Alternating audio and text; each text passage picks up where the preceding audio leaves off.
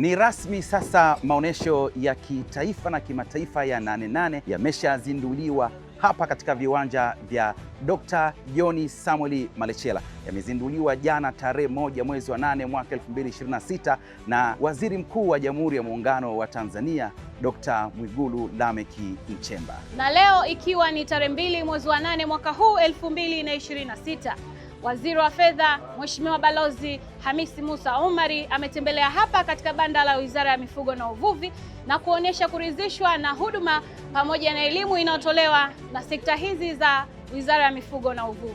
Kwa ujumla mpaka sasa hivi tunatembelea maonesho haya ya 33 ya Nane Nane, na kwa upande wa huu mifugo na uvuvi tumeanzia kwenye taasisi mbili za utafiti ambao kuna kazi kubwa sana inafanywa, lakini upande hasa wa mifugo tumepita kwenye taasisi yetu pale ya utafiti, lakini tumekuja kuangalia baadhi ya mifugo vile vile kwenye upande wa ng'ombe, upande wa kuku na malisho yao, na kwenye malisho kuna mafanikio makubwa ambayo yanaonekana. Tumekuja na mbegu mpya, mfano huu wa majani haya ya Junkao ambayo asili yake ni China na ambayo tumeambiwa hapa uzalishaji wake unaweza ukazalisha mpaka tani 60 za majani ya malisho haya aina hii katika ekari moja tu, na hii yanatosheleza kulisha wanyama mpaka 30. Kwa hiyo ni mafanikio makubwa na inaweza ikaja ikawa ni suluhu kubwa ya tatizo tulilonalo. Lilikuwa tuna tatizo la baina ya wafugaji na wakulima, kwa sababu wafugaji hawakuwa na ardhi ya kutosha kutafuta malisho. Kwa hiyo huu ni sasa hivi ndio inaleta suluhu kwa ajili ya kwa tatizo hili. Kuna mafanikio makubwa, lakini sio tu uzalishaji wa majani yenyewe na namna ya kuhifadhi yale malisho yenyewe. Pale umetuonesha mtambo mdogo ambao anatumia kwa ajili ya kutengeneza hay, majani yale ambayo yamekausha, malisho ambayo yamekaushwa, lakini na silage yale ambayo yamevumbikwa na ambayo yanaweza yanaweza kuhifadhiwa mpaka miaka 3 yakatumika. Kwa hiyo nimeridhika na kile ambacho tumekiona hapa. Upande wa ufugaji wa samaki nako vile vile inaonekana kuna mafanikio makubwa.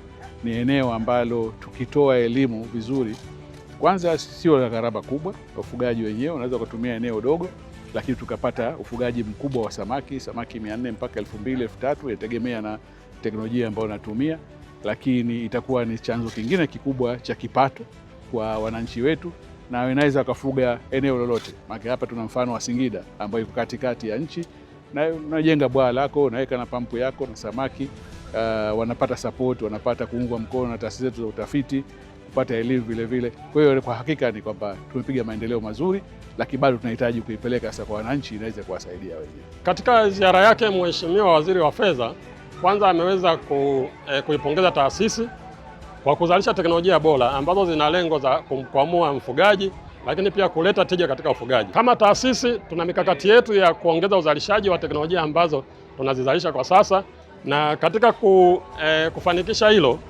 kwanza kwa upande wa malisho tumeongeza kiasi cha ardhi ambacho tunakilima, lakini kwa upande wa mifugo tumeongeza kiasi cha uzalishaji wa mifugo bora ambayo mwisho wa siku tutaisambaza kwa wafugaji. Lakini katika upande wa malisho pia kama taasisi tuna mradi ambao tunawawezesha wadau ambao tumewachagua, tumeona wana sifa, waweze pia kusaidia katika uzalishaji wa mbegu kwa ajili ya kusambaza kwa wadau wengine ambao wanahitaji mbegu hizo kwa ajili ya uzalishaji kwa wingi na kulisha mifugo yao. Katika hili kama taasisi tutabakia kama wazalishaji wa mbegu mama ili kudhibiti ubora, lakini hao wadau wengine ambao tunawaandaa kuwasimamia, lakini pia tutakuwa tukiwatembelea mara kwa mara kuhakiki ubora, basi wao watazalisha mbegu kwa ajili ya kusambaza kwa wadau kwa wingi zaidi. Kama taasisi pekee yetu hatuwezi kulifikia soko lote, kwa hiyo njia bora ni kuwatumia wadau ambao tumewaamini, lakini pia tutakuwa tukiwafuatilia kuhakikisha kuwa wanazalisha mbegu zenye viwango vinavyohitajika.